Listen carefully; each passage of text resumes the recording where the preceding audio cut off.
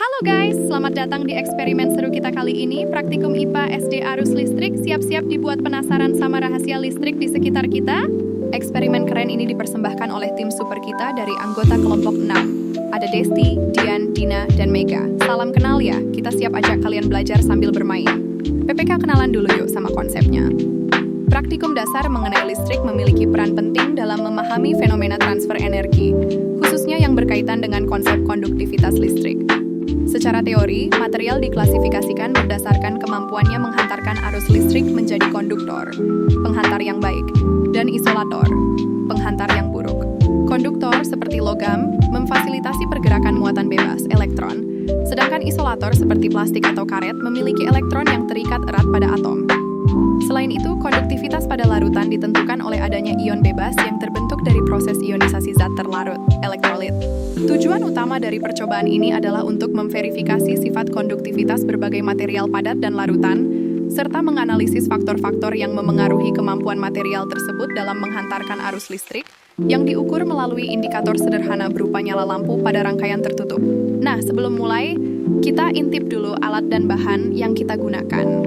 Kita sudah siapkan rangkaian listrik sederhana, baterai, bohlam kecil, dan berbagai macam benda untuk diuji. Penasaran kan? Benda apa aja yang bisa menyalakan lampu? Waktunya pembuktian. Kita mulai dengan yang pasti-pasti dulu. Coba lihat, pada pengujian arus listrik dan sendok perak menyala, lampunya langsung nyala terang. Itu artinya sendok perak adalah konduktor sejati.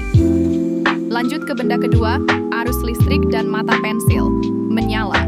Eits, siapa sangka mata pensil atau grafit juga berhasil menyalakan lampu loh. Keren banget. Sekarang kita coba benda yang biasanya jadi isolator. Kita uji arus listrik dan penghapus. Tak menyala. Benar saja, lampunya tidak menyala.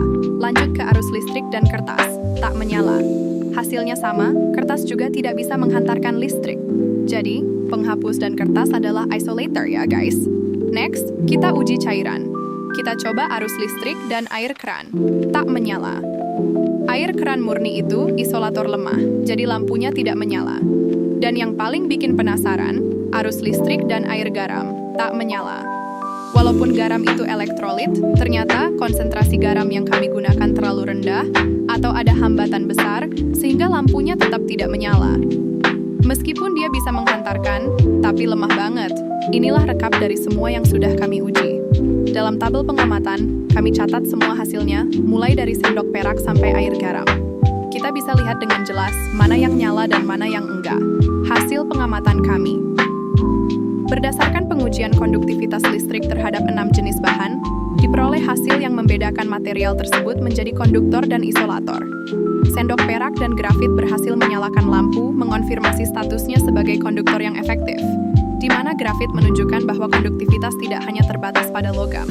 Sebaliknya, karet penghapus, kertas, dan air keran tidak mampu mengalirkan arus yang memadai sehingga lampu tetap padam, mengklasifikasikan ketiganya sebagai isolator.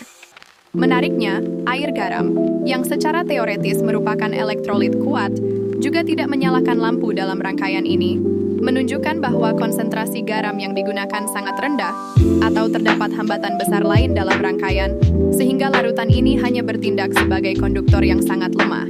Thank you for watching. Semoga kalian jadi lebih paham soal arus listrik dan sifat-sifat benda. Ketemu lagi di praktikum seru lainnya. Sampai jumpa.